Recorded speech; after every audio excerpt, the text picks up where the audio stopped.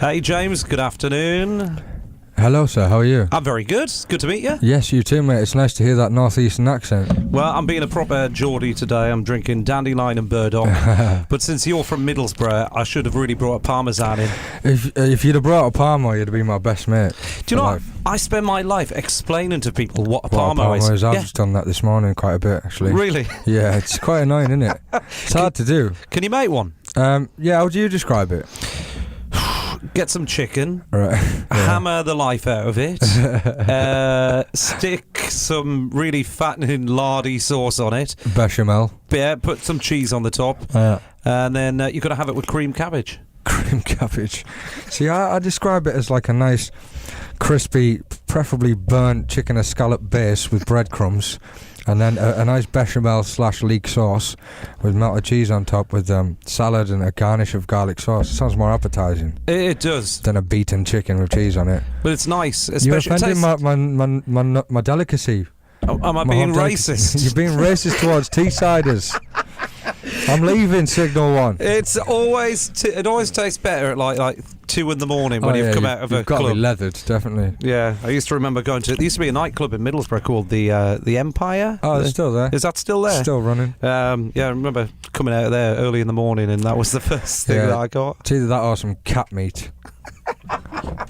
Oh dear me! So, where are you living now? Have you moved? I'm Hammersmith in London. Yeah. Oh yeah. Have you forgot your roots? Moving down south? No, not at all. I wish I still lived in the northeast. I love London though. I fell in love with it straight away. So much to do there, and all the studios that I work in are based around there. So it would make more sense for me not to travel 5 hours a day to the studio. And what difference do you see? London and Teesside. Well, there's no beach, which is something that I grew up with. I grew up with the view of the ocean every day. And now I just see cars and buildings and stuff. And I've got the Thames out the back of my flat, which is a nice view, but it's no Saltburn Beach. You don't want to go swimming in there? Nah, do a heck. It'd be really bad.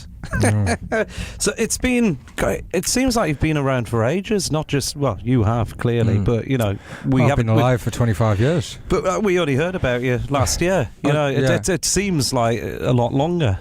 Yeah, well, it feels like a lot longer too, man. It's been a hell of a journey. I was waiting for you to say the journey word. The journey is an X Factor classic, innit? It's been a roller coaster of emotions. I need to get the S Club 7 Never Had a Dream Come True music coming in. I'll do the power grabs. You get the music on. The journey. What's the best thing about it, and what's the thing that's really cheesed you off the most? I can't really complain about an awful lot, to be honest. I mean, I'm so privileged. I'm so blessed to be able to do music as my job. Now the cliches are over. I hate every last thing about it. No, I'm kidding. Just the I guess there's a certain amount of negativity that comes with being successful. Certain people in society don't like seeing a guy go from rags to riches, and they want to drag him down. And maybe if they can't criticize the music, they'll have a go at your teeth or your hair or whatever. I don't know. People can be cruel, so it's hard seeing some of that. But the positive by far outweighs the negative, and like I said, I'm doing my dream job, so I can't complain. It's been a great year. But do you feel you have to sometimes hold back? Because if before this, if someone came up to you in the street and said half of the things that somebody might tweet you or say in a newspaper, if you did that to anybody else, you get your head took off. I'd probably drop some people for some of the things that get said. But do you know what? I still fight back. People say don't argue back with these people, but I think it's I'm not condoning being violent or anything like that, or abusing people, but if somebody wants to come onto your page and waste their time abusing you, then I'll tell them to go away in no uncertain terms. Or my followers and my fans will do so, because these people shouldn't have a voice if they're going to be negative.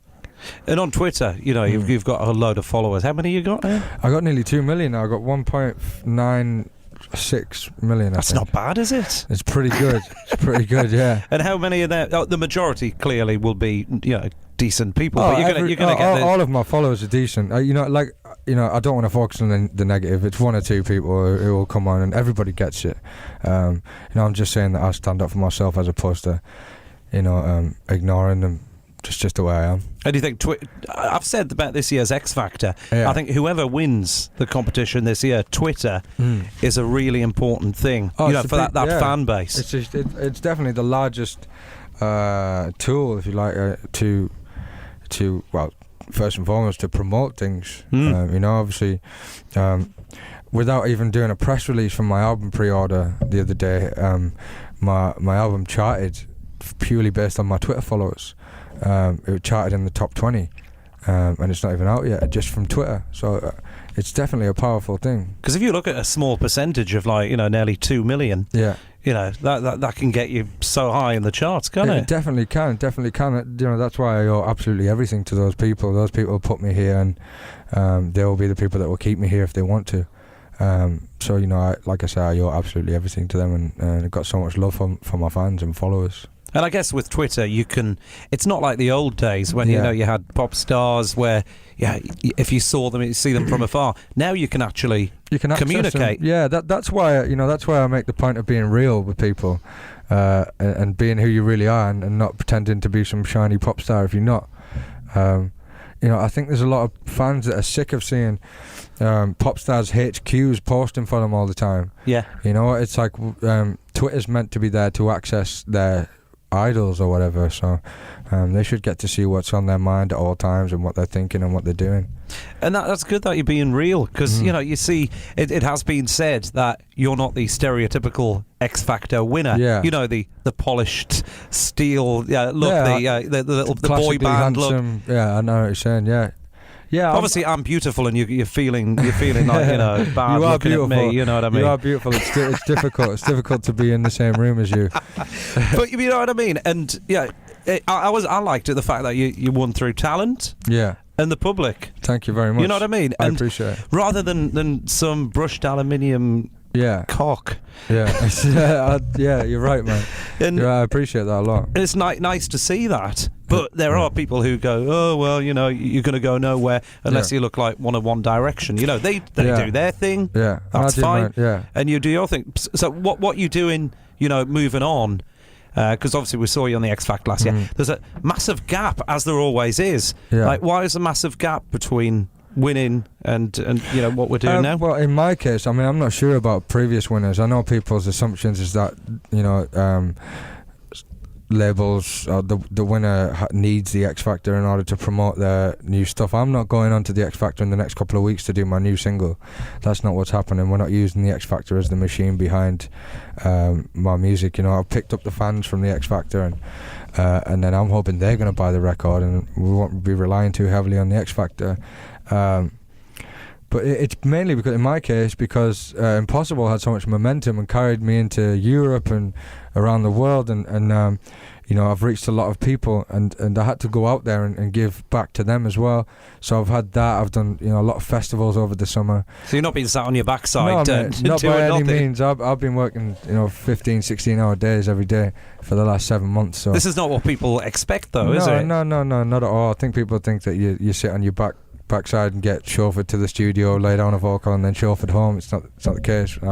I've grafted on every single element of this album, and are you doing the writing as well? Yeah, of course. Yeah. I've definitely been heavily involved in the writing. You know, most of the words on that record come from me. That's good. That's different from a lot that you see. Well, I think because I don't understand sometimes when a song is written for somebody, and it's like, oh, here's a catalogue. Oh, you can do this one. Yeah. How you can feel the passion and how you can convey that passion. You have to be a bloody good actor. Totally. I mean, there's so much music out there now. I know when I listen to anything, I want to believe in what they're saying, or what they, you know, I want to feel something. And it's not often I get that. So, you know, the idea of my music is to try and do that to other people as much as I can, and I think I may have achieved it with some of these tunes on the record. Have you been watching the X Factor this year? Have you seen any of it? Yeah, I have indeed, and I'm very impressed with the new format. I think it's great. I think the crueler the better. I think if you've got the minerals, then you'll get through it. Honestly, I think if you've got what it takes, then you'll get through the chairs bit, and you'll be in the final. That's just how it goes. That's a quote of the day. The crueler, the better. What do you want? The chairs electrocuted or something? Yeah, I do actually. I do.